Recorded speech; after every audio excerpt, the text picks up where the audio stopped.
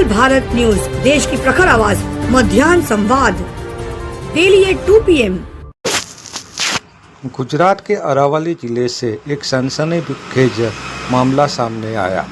अरावली जिले के तनसुरा पुलिस मथक में 31 दिसंबर के दिन एक अपहरण का गुनाह दर्ज किया गया, जिसकी तपास तुरंत ही पुलिस ने हाथ पर ली और कुछ ही घंटों में उस नाबालिग को हिरासत में लिया।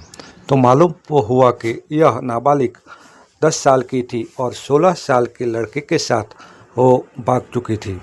दोनों को हिरासत में लेने के बाद लड़की को मेडिकल जांच के लिए महसाणा भेजा गया और आगे की कार्यवाही दर्ज की गई। मालूम हुआ कि मोबाइल युग में इंस्टाग्राम की मदद से ये दोनों के बीच प्रेम प्रकरण हुआ था और दोनों भाग चुके थे।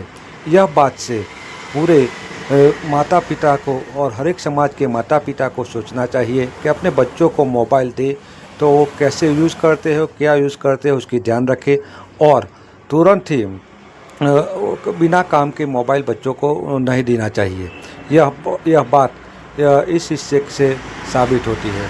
हिमांशु व्यास, उज्जवल भारत न्यूज़, अरावली। गई तारीख 31/12/2024 રોજ અરવલ્લી જિલ્લાના ધનસુરા પોલીસ સ્ટેશન ખાતે એક 10.5 વર્ષની ઉંમરની જે બાળકી હતી એના અપહરણનો ગુનો દાખલ કરવામાં આવેલો। આ જે બાળકી હતી એ 5મા ધોરણમાં અભ્યાસ કરતી હતી અને એની જે ઉંમર છે એ જોતા માનનીય પોલીસ અધિક્ષક સાહેબે તાત્કાલિક આ જે અપહરણ થયેલું એ બાળકીને શોધી કાઢવા માટે સૂચના કરેલી। જે અનુસંધાને તાત્કાલિક ધનસુરા પોલીસ સ્ટેશનની અંદર અપહરણનો ગુનો દાખલ કરેલો અને જે બાળકી છે એના માતા પિતાને બોલાવી અને એમની પ્રાથમિક પૂછપરછ કરેલી તો એવી હકીકત જણાઈ આવેલી કે આ જે ભોગ બનનાર બાળકી હતી આ ઉપરાંત એની જે મોટી બેન છે એ પોતે પણ સગીર વયની છે અને બંને બહેનો જે છે એ એની માતાનો જે સ્માર્ટફોન હતો એનો એ ઉપયોગ કરતી અને બંને બહેનોના થઈને લગભગ 7 જેટલા એમના ઇન્સ્ટાગ્રામના એકાઉન્ટ હતા, જેમાંથી 5 જેટલા બંધ હતા અને 2 એક્ટિવ હતા। જેમાં આ જે 10.5 વર્ષની નાની દીકરી હતી એ ઇન્સ્ટાગ્રામના માધ્યમથી એક જે એને અપહરણ કરનાર જે છે કાયદાના સંઘર્ષમાં આવેલો બાળક એ પોતે પણ 16.5 વર્ષનો જ છે, એ બંને ઇન્સ્ટાગ્રામના માધ્યમથી સંપર્કમાં આવેલા અને 31 તારીખે બપોરના સમયે તેનું અપહરણ કરી અને લઈ ગયેલો। તાત્કાલિક બીજા દિવસે હ્યુમન ઇન્ટેલિજન્સ અને ટેકનિકલ સોર્સની મદદથી પોલીસે જે આ ભોગ બનનાર છે અને કાયદાના સંઘર્ષમાં આવેલ જે કિશોર છે બંનેને શોધી કાઢેલ છે અને આગળની જે કંઈ કાયદેસરની કાર્યવાહી છે એ પોલીસે હાથ ધરેલ છે।